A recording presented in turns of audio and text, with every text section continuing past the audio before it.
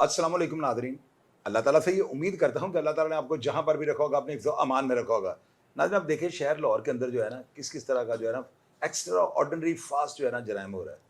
एक बंदा है, उसने जो है ना जहांगीर उसका नाम है, उसने खुद साख्ता यानी फायर, उसने कोई बंदा कह रहा है उसने अपने किसी कज़न शेर खान से फायर मरवाया है, कोई बंदा ये कह रहा है उसने खुद को फायर मारा है।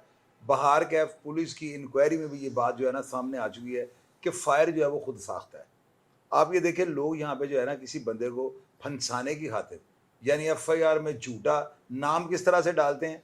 आपको इस प्रोग्राम से ना बड़ी ज़्यादा अवेयरनेस मिलेगी। कुछ बातें आपको मैं ऐसी बताऊंगा वो आपके नॉलेज में इजाफा करेंगी। सबसे पहले ना ये जानते हैं कि ये इस्लाम भाई जो है मंडी में काम करता है, मेरा बड़ा पुराना जानने वाला है।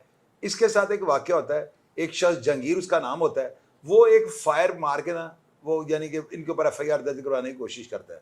एफआईआर तो दर्ज नहीं होती, इंक्वायरी जो है होल्ड कर दी जाती है और उस इंक्वायरी की रिपोर्ट में भी जो है ना एसपी साहब की जो टीम इंक्वायरी करती है वो लिख देती है कि ये फायर जो है खुद साख्ता है। अब इनसे ये जानते हैं उसने ऐसी हरकत क्यों की और आगे चल के क्या बना। इस्लाम भाई, सब तो पहले तुसी दसो, ਤੁਹਾਡੇ ਤੇ ਐਫਆਈਆਰ ਤੇ ਦਰਜ ਹੋਈ नहीं हुई सर। ਤੁਸੀਂ ਪੁਲਿਸ ਦੇ ਕੋਲ ਪੇਸ਼ ਹੋ ਕੇ ਜਦੋਂ ਆਪਣਾ ਮੌਕਫ ਦਿੱਤਾ ਤੇ ਪੁਲਿਸ ਨੇ ਇਸ ਗੱਲ ਨੂੰ ਐਡਮਿਟ ਕੀਤਾ ਹੈ ਕਿ ਫਾਇਰ ਨੇ ਖੁਦ ਮਾਰਿਆ। जी सर, उन्होंने खुद जाके तस्दीक की थी।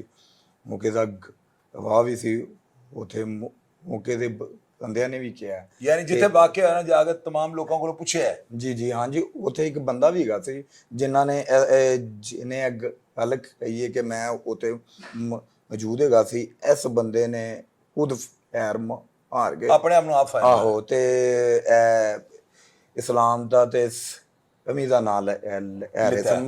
मौके ते सर मैं ना अपने घर हैगा सी, अच्छा पुलिस आई है, आके मैनू उठाया, मैं सो रहा सी, इशा दी नमाज पढ़ के मैं सो रहा। मेरे घर कैमरे भी ने, उन्होंने EVR भी लई चेक किया कि मैं घर हैगा सी। ਉਹਨਾਂ ਨੇ ਦੇਖਿਆ ਹੋਣਾ ਕਿ ਘਰੋਂ ਬਾਹਰ ਤੇ ਨਹੀਂ ਨਿਕਲਿਆ। जी जी सर, उन्होंने दे के अच्छी तरह चेक करके फिर पूरी तफ्तीश की जी थी जी उन्होंने। सर। ते इन दिन मैं उथे हवालात च सी, एसपी साहब दे अगे पेश कीता। ਅੱਛਾ, ਤੁਹਾਨੂੰ ਉਹਨਾਂ ਨੇ ਯਾਨੀ ਅੰਡਰ ਕਸਟਡੀ ਰੱਖ ਕੇ ਤਫਤੀਸ਼ जी ਕੀਤੀ। जी सर, अच्छी ਅੱਛਾ, ਉਹਦੇ ਬਾਅਦ ਗੱਲ ਕੀ ਮੰਦਰੇ ਆਮਦਾ ਕਿ ਫਾਇਰ ਨੇ ਖੁਦ ਮਾਰਿਆ। जी जी सर। फिर उन्होंने ना मैनू सर एक गुनाह करके ना मतलब के रिलीज ਰਿਲੀਜ਼ करता है, ਕਰਤਾ। ठीक है। और आंदी इन तो बुलाते ने ਤੁਹਾਡੇ ਕਹਿਣ ਦਾ 6 घंटा बिठा के दलील ਇਸਲਾਮ ਭਾਈ, ਤੁਹਾਡੇ ਕਹਿਣ ਦਾ ਜਿਹੜਾ ਮਤਲਬ ਹੈ ਨਾ ਅਸਲ ਜੋ ਹੈਗਾ ਕਿ ਤੁਹਾਨੂੰ ਐਸਪੀ ਸਾਹਿਬ ਨੇ ਅੰਡਰ ਕਸਟਡੀ ਲਿੱਤਾ, ਸਾਰੀ ਤਫਤੀਸ਼ ਇਨਕੁਆਇਰੀ ਹੋਈ, ਗਵਾਹਾਂ ਦੇ ਬਿਆਨ ਲਿੱਤੇ ਗਏ, ਉਹਦੇ ਬਾਅਦ ਤੁਹਾਨੂੰ ਉਹਨਾਂ ਨੇ ਰਿਲੀਜ਼ ਕੀਤਾ। ਜੀ ਸਰ। ਹੁਣ ਅੱਗੋਂ ਇੰਚਾਰਜ ਇਨਵੈਸਟੀਗੇਸ਼ਨ ਐਸਪੀ ਸਾਹਿਬ ਤੋਂ ਵੱਡਾ ਤੇ ਨਹੀਂ ਹੈਗਾ सर। वो हुन बुला के मतलब कि रडक एक कर दावे कि तू आ थे, मैं ये एक कर दांगा, मैं वो कर दांगा। इस टाइम मैं इंटरम च हैगा वा, सारे नु हैगा पता एसपी साहब। ਅੱਛਾ, ਦੁਬਾਰਾ ਇੰਟਰਮ ਕਰਾਣੀ ਪੈ ਗਈ जी सर। उन्होंने वो यतीमे बयान दे विच ना मेरा ਕਿੰਨੇ ਦਿਨ ਬਾਅਦ ਉਹਨਾਂ ਤਰਮੀਮ ਬਿਆਨ ਚ ਵੀ ਤੁਹਾਡਾ ਨਾਮ ਪਾਇਆ। सर जी है पाया वे 6 दिन बाद फिर। तो मेरा ख्याल है जो खुद साख्ता फायर होता है ना, ये ऑर्डिनरी मैं आपको बताता हूँ होता पता है क्या, खुद साख्ता फायर कहाँ से पकड़ा जाता है। एक तो ये फायर जो होता है ना, ये 2 फुट के फासले से मारा जाता है, और दूसरा ये लोग इनको पता होता है कि अगर बारूद का दाग ऊपर आ गया ना तो ये फौरी तौर पर जो है ना एनुअल एग्जामिनेशन रिपोर्ट में जो है ना डॉक्टर क्लियर कर देता है कि ये खुद साख्ता है, क्योंकि बारूद जो है ना ऊपर आ जाता है। फायर अगर दूर से मारा जाए तो वो बुलेट की सिर्फ इंजरी आती है, वहाँ पे बारूद नहीं ऊपर आता।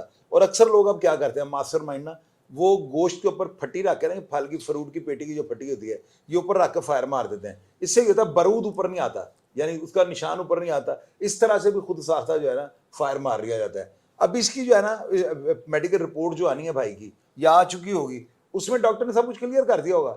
तो मैं इंचार्ज इन्वेस्टिगेशन साहब से गुजारिश करनी चाहता हूँ कि इस तरह नहीं होता कि एसपी साहब ने उसको अंडर कस्टडी लिया, सारे केस की जब तफ्तीश की, गवाहों के शवाहिद इकट्ठे किए गए, उनसे बयानात लिए गए, और एफआईआर जो करवानी चाहते थे उनकी दी गई दरखास्त, उसकी रोशनी में सारा कुछ किया गया। तो अगर एसपी साहब एक बंदे को 3 दिन हवालात में बंद रखते हैं, सारी इंक्वायरी करते हैं और उस बंदे को रिलीज कर देते हैं, तो क्या कानून में कोई शिक है कि उसको दोबारा जो इंचार्ज इन्वेस्टिगेशन वो मुलवस कर रहे और उस बेचारे को दोबारा इंटरम करवानी पड़ेगी। मजे की बात मैं आपको बताता हूँ सर। उस उनके ते ना सर 30 तो 35 पर्चे गए ने डकैती दे। ਉਹਦੀ ਸੀਆਰਓ जी सर। ते उस तो ਜਿਹਨੂੰ ਫਾਇਰ ਲੱਗਾ ਹੈ नहीं सर, उनके भरा नूं शेर खान। जी सर, शेर ਹਾਂ ਤੇ 30 ਤੋਂ 35 ਪਰਚੇ ਹੈਗੇ ਨੇ ਤੇ ਜਿਹੜਾ ਇਹ ਜਿਹੜੀ ਸੀਆਰਓ ਚੱਲਦੀ ਪਈ ਸਕਰੀਨ ਦੇ ਉੱਤੇ ਜੀ ਜੀ ਇਹ ਸਾਰੇ ਉਹਦੇ ਪਰਚੇ ਨੇ ਸ਼ੇਰਾਂ ਦੇ? ਨਹੀਂ ਜੀ ਸਰ ਜੀ ਇਹ ਸ਼ੇਰ ਖਾਨ ਨੇ ਜਿਹਨੂੰ ਫਾਇਰ ਲੱਗਾ ਹੈ ਨਾ ਉਹਦਾ ਉਹਦੇ ਭਰਾ? ਤੇ 10 ਤੋਂ 15 ਅੱਛਾ ਜਿਹੜਾ ਮਜ਼ਰੂਬ ਹੈ ਤੇ ਵੀ 10 ਤੋਂ 15 ਜੀ ਸਰ ਪਰਚੇ ਇਹ ਕਿਸ ਚੀਜ਼ ਦੇ? ਬੇਸਿਕਲੀ ਇਹ 392 ਦੇ ਸਰ ਮੈਂ ਅੱਛਾ ਜੀ ਜੀ ਯਾਨੀ ਜੀ ਦੋਨਾਂ ਭਰਾਵਾਂ ਦੇ 392 ਜੀ ਸਰ ਇਹ ਬੇਸਿਕਲੀ ਸਰ ਹੈ ਨਾ ਮਤਲਬ ਕਿ ਇਹਨਾਂ ਨੇ ਇੱਕ ਗੈਂਗ ਨਾ ਹੈ ਵੇ ਡਿੱਗੇਦਾ। ਉੱਥੇ ਜੀ ਸਰ ਉਥੋਂ ਨਾ ਮਤਲਬ ਕਿ ਟਾਇਰ ਅਦਰਕ ਥੋਮ ਮਤਲਬ ਕਿ ਇਸੇ ਡਰਾਈਵਰ ਦਾ ਫੋਨ ਸ਼ੂਨ ਵੀ ਖੋਂਦੇ ਨੇ ਮੰਡੀ ਦਾ? ਐਸੇ ਵੀ ਖੋਂਦੇ ਨੇ ਮੰਡੀ ਦੇ ਬਦਮਾਸ਼? ਮੰਡੀੋਂ ਬਾਹਰ ਵੀ ਸਰ ਅੱਛਾ ਮੰਡੀ ਦੇ ਰੋਜ਼ ਵਾਲੇ ਇਹਨਾਂ ਨੇ ਗੇਟੀਆਂ ਵੀ ਕੀਤੀਆਂ ਨੇ ਮਤਲਬ ਕਿ ਇਹਨਾਂ ਦਾ ਇੱਕ ਰੋਏ ਸਰ ਅਸੀਂ ਬੇਸਿਕਲੀ ਸਾਡੀ ਤੇ ਇਹਨਾਂ ਦੀ ਲੜਾਈ ਇਸ ਚੀਜ਼ ਦੀ ਸੀ ਕਿ ਯਾਰ ਇੱਥੇ ਚੋਰੀਆਂ ਨਾ ਆ ਕਰੋ ਇਹਨਾਂ ਨੇ 2 ਲੱਖ ਰੁਪਏ ਦਾ ਥੋਮ ਸਾਡਾ ਕੱਢਿਆ ਵੇ ਉਸ ਤੋਂ ਬਾਅਦ ਸਰ ਅਸੀਂ ਥੋੜਾ ਜਿਹਾ ਮਤਲਬ ਕਿ ਉਹ ਪੁਲਿਸ ਨੂੰ ਕਿਹਾ ਕਿ ਸਰ ਚੋਰ ਹੈਗੇ ਨੇ ਪੁਲਿਸ ਨੇ ਥੋੜੀ ਜਿਹੀ ਸਖਤੀ ਤੁਹਾਡੇ ਕੀਤੀ ਹੈ। ਮਗਰ ਹੋਇਆ? ਜੀ ਜੀ ਸਰ ਉਸ ਤੋਂ ਬਾਅਦ ਸਰ ਇਹਨਾਂ ਨੇ ਭਾਜੀ ਸਾਡੇ ਤੇ ਨਾ ਮਤਲਬ ਕਿ ਕਦੀ ਰੜਕ ਕਰਦਾ ਸੀ ਮੈਂ ਇਹ ਕਰ ਦਾਂਗਾ ਮੈਂ ਮਾਰ ਦਾਂਗਾ ਮੈਂ ਸ਼ੂਟਰ ਬੁਲਵਾ ਦਾਂਗਾ ਸਰ ਬੇਸਿਕਲੀ ਇਹ ਖੁਦ ਵੀ ਚੋਰ ਹੈ ਇਹਦਾ ਭਰਾ ਵੀ ਚੋਰ ਹੈ ਤੇ ਚੋਰਾਂ ਦਾ ਗੈਂਗ ਵਿੱਚ ਲਾਉਂਦੇ ਨੇ ईसीडी ਤੇ ਵੀ मतलब कि रिक्वेस्ट है कि इन्ना को ना। अब नाज़रीन आप ये देखें कि एक शरीफ आदमी, आप यकीन करें मेरे बड़े अच्छे दोस्त हैं, मेरे भाइयों की तरह हैं, और आपको पता है कि ऐसे जो प्रोग्राम्स होते हैं ना, हालांकि ये प्रोग्राम हमें सूट नहीं करते कोई छोटे छोटे, लेकिन यही छोटी छोटी जो लड़ाइयाँ ना बहुत बड़े बड़े तूफानों का मौजब बनती हैं। आप ये देखें अगर एक शरीफ आदमी को तंग किया जाएगा तो क्या ये पैरालाइज लग रहा है आपको? ठीक है, इसकी ज़ुबान अटकती है, हाथ तो उंगली तो नहीं अटकती। तो यही वो चीज़ें होती हैं जो इंसान को मजबूर कर देती हैं। और मेरी नज़र में अगर इन चीज़ों पे फौरी तौर पे एक्शन लिया जाए, अदारे मुतहर्रक हो जाएं, दूध का दूध और पानी का पानी कर दें, तो बहुत बड़ा जो सुनामी का तूफ़ान इसको रोका जा सकता है। ये जिस कौम से ताल्लुक़ रखते हैं बड़ी बिगड़ी कौम होती है। मैं इस कौम की तारीफ़ कभी नहीं करता, बल्कि मैं तो ये कहता हूँ जट हैं। जिस बात पे इस कौम की सुई अड़ गई ना, तो वहाँ पे आपको पता है घंटा घर टूटना है, वहाँ से ये सुई आगे नहीं चलनी। पठान कौम से इनका ताल्लुक़ है और ये बड़े जंगजू होते हैं, लेकिन मजबूरी ये है कि वो कारोबारी लोग हैं, इनको तंग किया जा रहा है। मैं जो इंचार्ज इन्वेस्टिगेशन है रावी रोड के, मैं उनको रिक्वेस्ट करूँगा कि यार भैया इस तरह ना करें, किसी शरीफ आदमी को उतना तंग करना चाहिए जितना वो बर्दाश्त कर सके।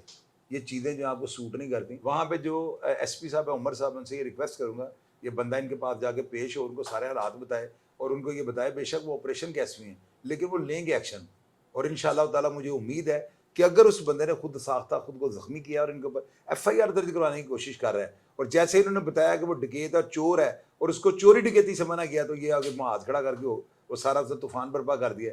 इस बंदे के खिलाफ जो है कार्रवाई अमल में आनी चाहिए और इसका एहतसाब होना चाहिए, वरना ये शरीफ आदमी जो है कारोबार छोड़ के पिस्तौल उठाने पर मजबूर हो जाएंगे।